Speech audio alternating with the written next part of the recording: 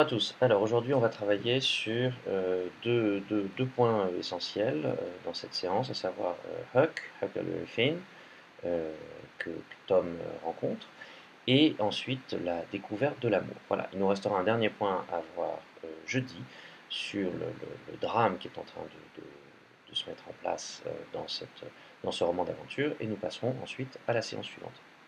Alors, donc vous pouvez immédiatement noter sur votre cours, ou bien vous attendez en tout cas. Donc le premier point c'est Huckleberry Finn, un enfant pas comme les autres, et petit a, le regard des adultes. Alors, pour arriver à répondre à cette question, vous allez reprendre votre livre à la page 115. Donc je vous laisse prendre votre livre, page 115. Allez, vous prenez votre livre, page 115, ça va prendre un petit peu de temps. Lovro, si tu es là, sors tes affaires et range et trouve-les surtout.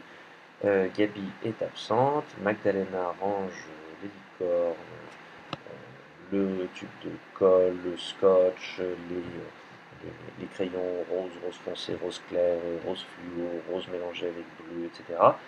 Allez, on se prépare. Donc vous avez besoin de votre cahier de brouillon à l'endroit où vous avez répondu aux questions portant sur Huck avant les vacances, page 115, et de votre cours. Alors, si on travaille sur la question 4, page 115, relisez la page 65 et dites pour quelles raisons les adultes ont une image négative de de Huckleberry Finn. Euh, alors, si vous reprenez les réponses que vous aviez formulées à l'écrit, normalement, vous devez voir, il y a quelque chose qui revient assez souvent, c'est que ce qu'on apprend de lui, c'est qu'il n'est pas fréquentable. Mais il n'est pas fréquentable pas pour les enfants. Le narrateur nous donne en effet le point de vue, un point de vue, c'est une opinion. L'opinion des parents, enfin principalement l'opinion des mères, qui toutes, je cite, le détestaient, et on vous dit d'ailleurs qu'il était l'enfant terrible du village. D'accord? Alors il va falloir ensuite que sur votre cours, vous ajoutiez ici 2 ou 3 citations qui indiquent pourquoi les adultes détestent ainsi Huckleberry Finn. Qu'est-ce qu'il fait? Qu'est-ce qu'il a fait? Comment, pour quelles raisons tout le monde le déteste-t-il? Voilà. Second point, donc après le regard des adultes, c'est la question suivante, évidemment, c'est la question 5, c'est qu'en fait cette fois on s'aperçoit qu'il a, donc ce sera le titre du petit b, un mode de vie libre et original. Et on voit effectivement, donc vous reprenez la réponse à la question 5 que vous avez dans votre cahier de brouillon, on voit que les enfants, et en particulier Tom d'ailleurs, le voit différemment, pas du tout comme quelqu'un de détestable, d'infréquentable ou comme un enfant terrible. Puisqu'à la place de détestable et infréquentable, vous avez, je cite, il était l'objet de l'admiration des enfants.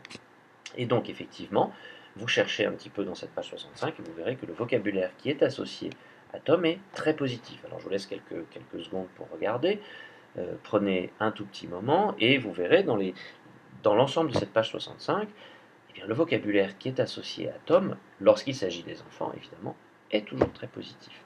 On verra quelques citations après. Et alors pourquoi justement, pourquoi d'un côté les parents, les mères, en fait, c'est ce qui est précisé, le détestent, et d'un autre côté, pourquoi les enfants, eux, l'apprécient-ils? Eh bien, ils l'apprécient parce que c'est quelqu'un qui est en marge, qui est original, qui est hors la loi.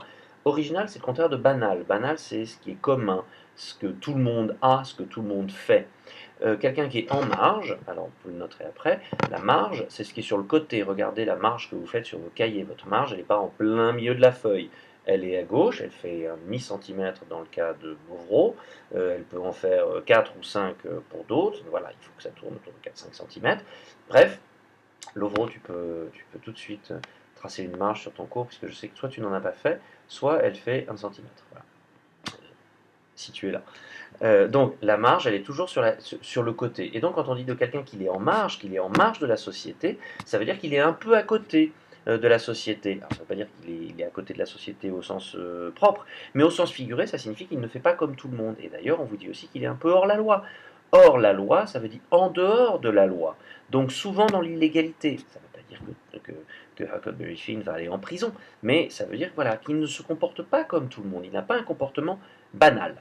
Donc vous allez ici, je vais vous projeter tout de suite ce qu'il va falloir recopier, mais vous allez en plus de ce que j'ai écrit, indiquer ce qui rend également son apparence différente des autres enfants. Vous prendrez quelques citations, page 65, et vous ajoutez en plus, pas en même temps, en plus, deux citations qui montrent que Huckleberry Finn est complètement libre, qu'il se comporte comme il le souhaite, à l'inverse des autres, évidemment, à commencer par Tom qui doit faire comme sa tante le lui dit, ou comme, pas seulement sa tante d'ailleurs, on y reviendra après. Voilà, je vous projette maintenant ce que vous allez devoir recopier, et on passe ensuite à la découverte évidemment de l'amour avec Becky.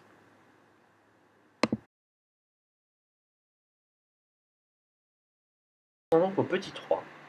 Alors le petit 3 s'intitule La découverte de l'amour, avec petit a, les étapes d'une histoire d'amour. Vous pouvez prendre votre livre maintenant, page 116, avec en haut de la page 116, zoom sur la découverte de l'amour, où vous aviez un certain nombre de questions qui portaient sur les pages 78-81, puis sur avec les lignes, enfin entre les lignes 104 pardon, et 202. Voilà, donc c'est pas très long. Alors la première question, c'était la question 7, où il s'agissait, on vous disait, donc dans le chapitre 7, Tom et Becky passent par toutes les étapes d'une histoire d'amour, de la séduction jusqu'à la dispute. Remettez les citations suivantes dans l'ordre chronologique et donnez un titre à chacune des étapes. Alors, normalement, vous avez fait ça il y a longtemps. Si vous ne l'avez pas fait, vous prenez maintenant 5 minutes pour le faire. Ceux qui n'ont pas terminé, ceux qui ne l'ont pas fait, voilà, vous le faites maintenant. Donc, le professeur qui est dans la classe peut appuyer sur la barre d'espace pour faire une pause, de sorte que tout le monde ait le temps de terminer la remise en ordre des citations de la question 7 et, c'est pas tout, la deuxième partie de la question, regardez en bas, étape alors 1, étape 2, étape 3 et ainsi de suite, auquel il faut donner un titre. Donc si vous ne l'avez pas fait, vous le faites maintenant, vous prenez 2-3 minutes pour en discuter et ensuite on projette le corriger. Voilà. Donc, barre d'espace, pause. On reprend. Donc, si on remet en ordre les citations, vous devez avoir trouvé, je vous donne l'ordre chronologique, 3, 2, 6, 5, 4, 1. 3, 2, 6, 5, 4, 1. Pour le titre que l'on peut donner à chacune des étapes de cette petite histoire. Alors il y a plein de titres possibles, hein, évidemment. Vous pouvez mettre séduction à un moment, vous pouvez mettre dispute. J'ai choisi à dessein de mettre d'autres titres que les deux qui vous étaient donnés dans le livre, mais vous pouvez en choisir, vous pouvez reprendre ceci. Donc pour la première étape, qui est le numéro 3, c'est un aveu d'amour. Ensuite, l'étape numéro 2, le baiser. L'étape numéro 3, qui est le numéro 6, le serment d'un amour éternel. Un serment, c'est une promesse très solennelle. L'étape numéro 4, qui est le numéro 5, c'est la déception. L'étape numéro 5, qui est la citation numéro 4 dans votre livre, c'est le renouvellement d'une promesse de fidélité. Et la dernière étape, qui est le numéro 1, c'est le départ. Voilà. Donc je vous projette maintenant l'ensemble, et pour ce qui concerne le petit b, ça va être à vous de travailler. Je projette tout de suite le cours à recopier.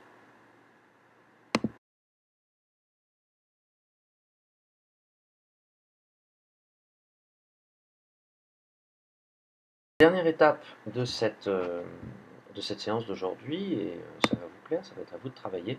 Vous allez devoir, au brouillon, d'abord au brouillon, mais pas seulement, ça ne s'arrêtera pas au brouillon, vous allez devoir raconter cette histoire d'amour, c'est-à-dire faire un bref résumé des pages 78 à 81.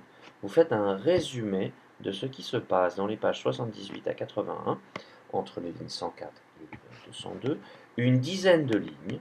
D'accord? Ça peut être une quinzaine de lignes pour ceux qui écrivent plus facilement que les autres et qui écrivent plus gros. Ça peut être une petite dizaine de lignes pour ceux qui ont énormément de difficultés à écrire. Peu importe le nombre, la moyenne c'est une bonne dizaine de lignes qui racontent ce qui se passe. D'accord? C'est-à-dire que vous allez faire un résumé qui est à la troisième personne. Vous allez parler de Tom en disant il, et en disant Tom évidemment, de Becky en disant elle, et en disant Becky. Mais vous ne dites pas je. Voilà, ça c'est le premier point. 2. Vous allez raconter cette histoire, attention, au passé simple. Comme dans le livre, on a travaillé sur le passé simple avant les vacances. Souvenez-vous, les verbes du premier groupe, c'est en A, deuxième groupe, c'est en I, troisième groupe, c'est soit en I, soit en U, sans exception. D'accord? Premier groupe plus le verbe aller en A, deuxième groupe en I, troisième groupe I ou U. Voilà.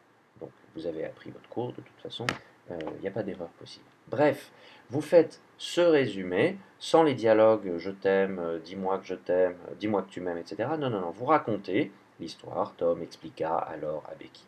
Et non pas au présent. Vous le faites au passé simple. Une fois que vous aurez terminé ce résumé, alors entre vous, vous pouvez voir éventuellement avec le professeur qui est là si il a envie, parce que c'est pas du tout obligé. Vous pouvez lui demander de corriger éventuellement, de vous mettre sur la bonne voie quand vous faites de grosses erreurs.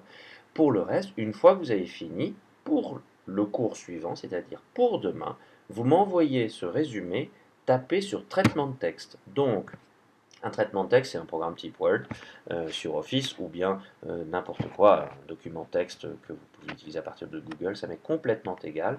Vous tapez ce résumé, donc vous prenez votre ordinateur, vous tapez votre résumé sur un traitement de texte et vous me l'envoyez par mail. Voilà, je vous projette tout de suite avant que vous me disiez ah vous avez quoi comme mail? Je connais pas votre mail, et puis je connais pas mon mail. Ce qui n'est pas vrai, je vous ai donné votre mail avant les vacances, et je sais que M. Gelsenrichter a travaillé avec vous sur les mails, et que vous avez maintenant tous un compte. Voilà.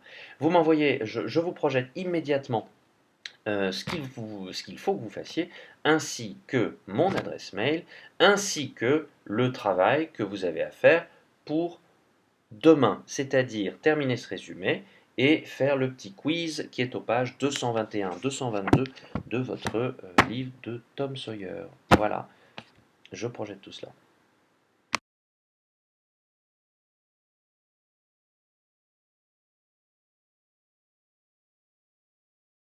Pour aujourd'hui, prochain cours, nous travaillons sur l'irruption du drame dans la fin de cette seconde séance, c'est-à-dire demain. Nous travaillons sur l'irruption du drame avec évidemment le meurtre euh, au cimetière. Et nous entamons la séance 3, que nous commencerons donc jeudi pour la terminer vendredi. Et la semaine prochaine, si tout va bien, et j'espère que tout ira bien, nous terminons l'étude de Tom Sawyer. La semaine suivante, on attaquera Gilgamesh. Voilà, ça c'est plus ou moins quelques jours, mais voilà l'idée. Je vous souhaite une bonne journée, bon après-midi, travaillez bien, à demain.